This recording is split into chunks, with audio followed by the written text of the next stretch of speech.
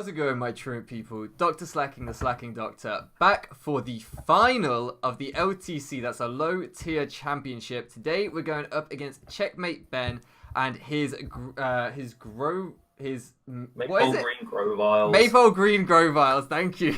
I was floundering. And as you can hear, we actually have him in call with us today. Hello, hello. Oh, and I left the window You open, but excited? it's fine. I'm super excited. This is the first final we've ever had on the channel, and it's against a very valued member of our front office, someone that's taught me a lot about Pokemon. So, I mean, and the Sausage Squad. It's good to it's good to keep it in the family, isn't it? Sausage Squad 1 2. I mean, I don't even mind who wins No. at this point. If it was someone like Gareth, I'd be like, yeah, I need to just Yeah. flatten this man. But...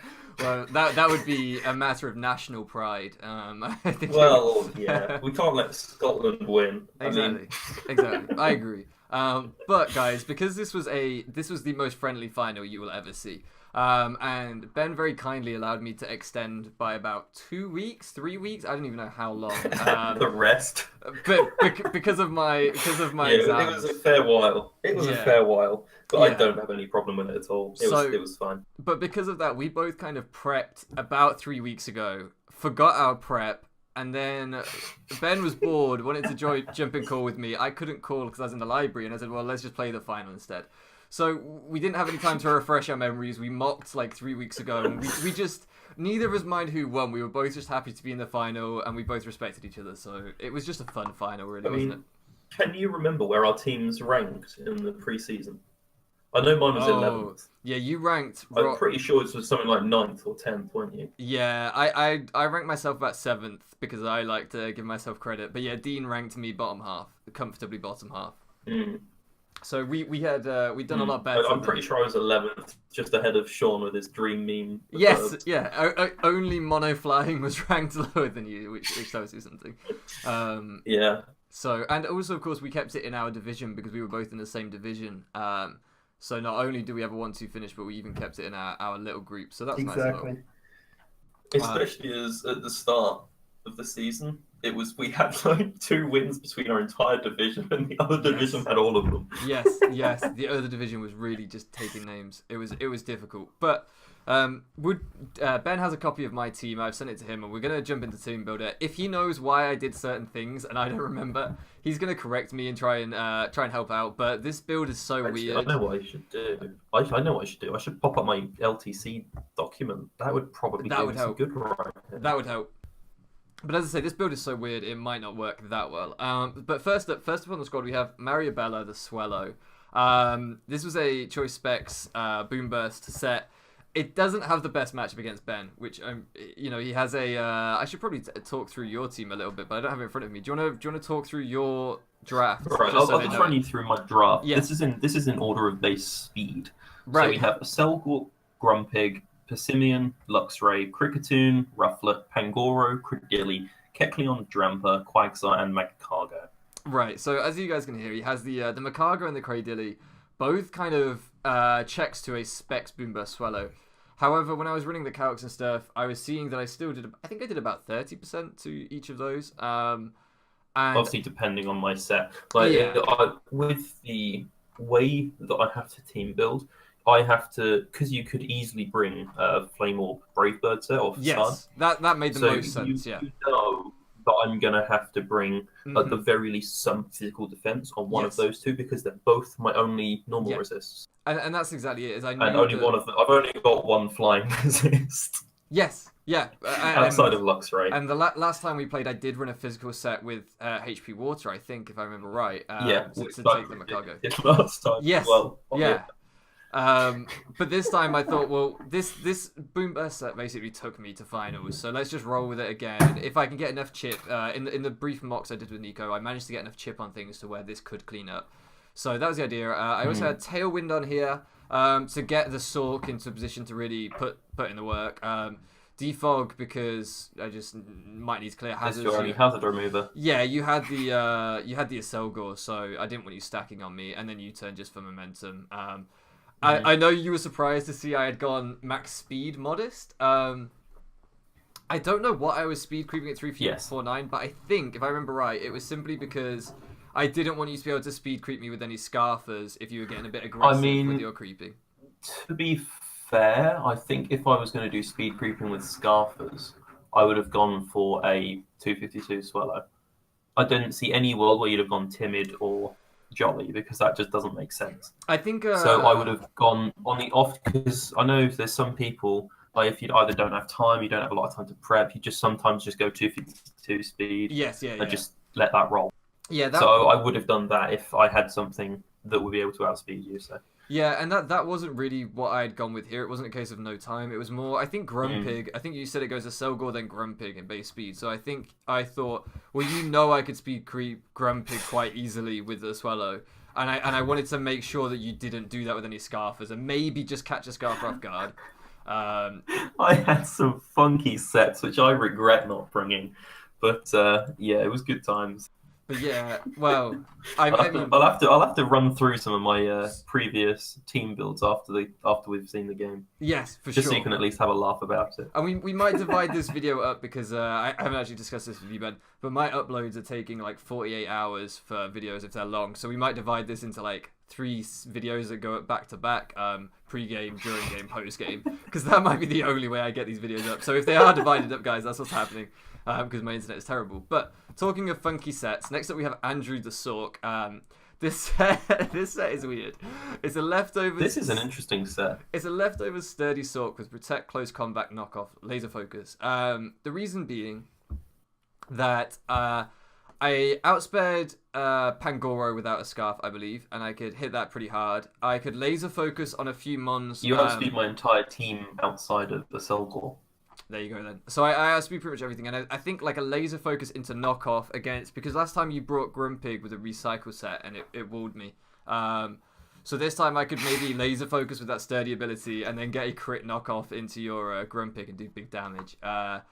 Close combat as well. Laser focus into close combat. Pretty much, I think it guaranteed an Oko on Craydilly because Craydilly, okay, is my nemesis, and I was so afraid of a barrier or curse Craydilly set that I always make sure, even if you got to +6, I could still break you. And what protected there was make sure that I always got my sturdy back after rocks, so that I could come in on rocks, protect, go back to my sturdy, and then laser focus close combat your Craydilly. That was the thinking. It's a funky set. I have to say that I do like the set, and I think that if I hadn't swept you at like 2 or 3, maybe even 4 times throughout the season in mocks with a Cradilly, then you wouldn't have brought stuff like this. Yeah, 100%. I'm so afraid of that Pokemon. Like it keeps me up at night. Which brings me neatly onto my next set, Fern the Sceptile, which also is a secondary Craydilly counter. Now this one was not meant for Craydilly so much as it's meant to just be decent in this matchup. But it's a really bulky, modest Sceptile because again, I think we hit the same speed as Sork. So again, we outspeed everything on your draft, meaning we could be fat. Exactly. And the idea being laser focus, Endeavor, focus blast with a Fighting MZ and Energy Ball. I don't know. I still think this set was okay because of its speed tier against you, meaning it could be so fat. That laser focus plus Fighting MZ really would nuke a lot of things that would want to switch in on this, like maybe Craydilly, like maybe Macargo if you thought it was a special set without coverage. Those kind of things. To be fair, I don't think I'd be switching in Macargo anyway because even like this Energy Ball's going to hit really hard. And if you have something like Leaf Storm, that's going to do like 70%. Yeah. Like Macargo's special block is restricted.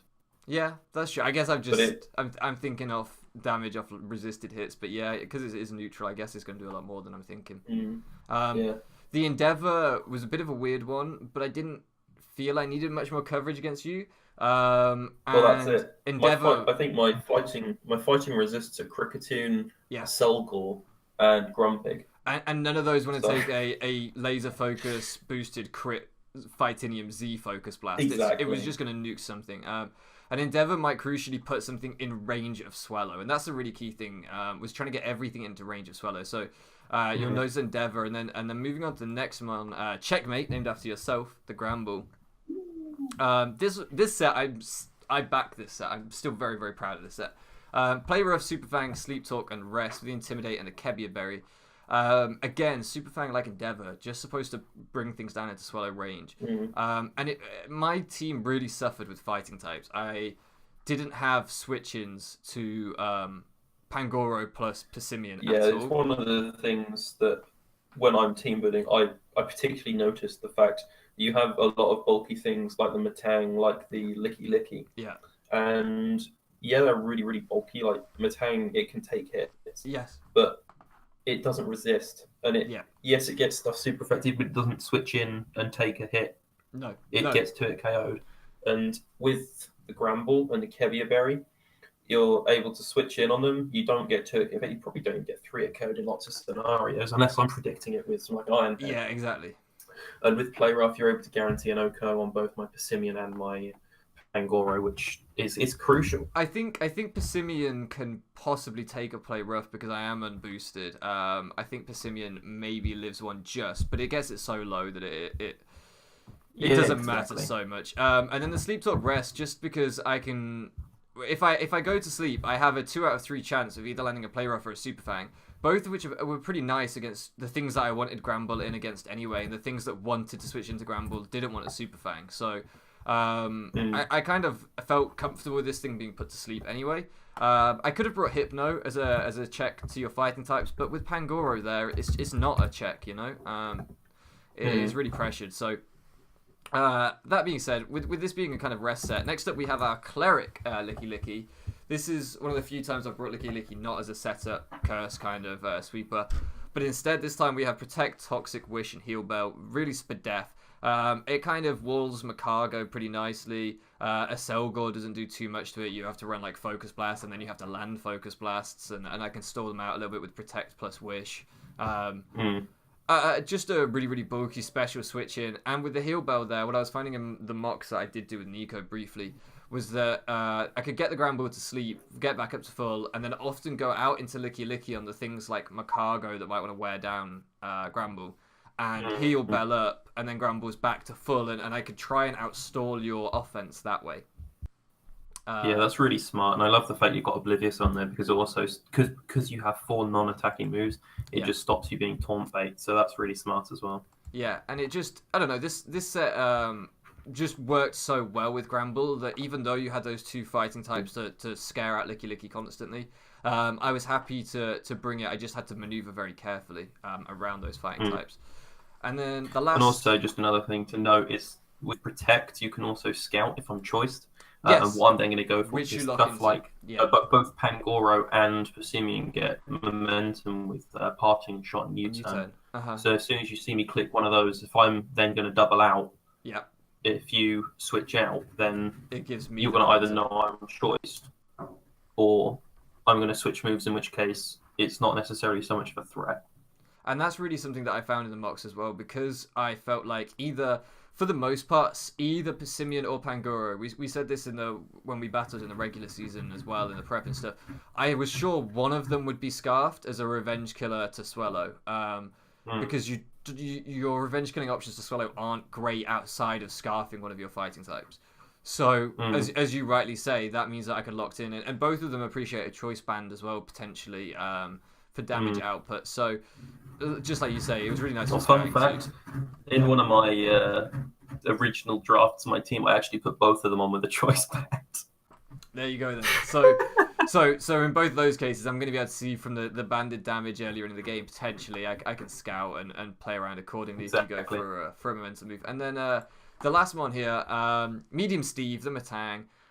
I've had a lot of time for Matang this season. I think it was, considering it was my bottom tier pick, I think it was very underrated as a steel type. I know its stats aren't great, but with that Violet, it really does eat up some hits. Clear Body can be a really nice ability. Agree. And here I had Meteor Mash. Sorry, go on. Oh, I'm sorry. I was going to say, I have Meteor Mash, Zen Headbutt, Brick Break, and Stealth Rock. I don't remember exactly what the moves are for. I'm assuming Brick Break was for the Pangoro and the Cradilly and Macargo. Well, I reckon Brick Break was probably for the fact I have run screens. It might have been. Done it more than once. Have you run like Grumpig this season? It might. I'm wondering if it was maybe for Grumpig. I have done. Yeah. Yeah, I think I might have run it once or twice. because I think otherwise Grumpig could just set up screens on Matang without too much fear, but at least I could break through them. I think you might be right there. Yeah. And then rocks because I needed a rock setter. I've got very specific EVs in this build that I have no idea what they were for, but I'm sure they were good for something. I can't remember at all. Wow, this looks like I such can't a tell you how spread. specific they are. Yeah. A lot of Fizz Def is needed to take slaps from stuff like Pangoro and Yeah. Persimmon, though, so it's probably partially to do with that. Do you have something around the 50 speed mark? Because it looks like I've put a little bit in speed, expecting you trying to creep me with something. Let me have a look. I have Credilli at 43 and Pangoro at 58. So you're obviously looking for outspeeding a speedy Credilli? I'm or wondering, a speedy Kecleon at base 40? do or Dramper at base 36? Do I outspeed min speed Pangoro? Like without an invested Pangoro? 139? No, I don't know. No idea. No idea. Maybe Cricketune. I think it was probably for speed creeping Dramper. Yeah, I don't know. Did I have EVs left I'm going to tell you it's for speed creeping Dramper. Maybe. Oh, yeah, because Brick Break might have been in there. Yes, because this was my best Dramper switch in. You're entirely right. That's why. This thing was really the only thing that switched in Dramper. That's why I've got some Spadef. It didn't want to take... I think Dramper gets like Fire Blast still, but... it does. It could take like a Draco or a Hyper Voice or whatever, and then fire for Brick Break, along with Licky Licky to kind of like wish heal it back up in the long game. That's what it was there for. Now I remember. Thank you. It's a good job you pointed out, Dramper. So yeah, that was. I have run quite a lot this season Dramper with speed, which is probably why you were so concerned about it. Probably. Probably. That makes sense. It makes perfect sense, actually. But that's the team, guys. I don't know if the battle will be in a future video tomorrow, hopefully, or if it will be in this video. But if this is the end of the video, then look out for that next video coming up. And if it's not, then we will catch you guys in the battle.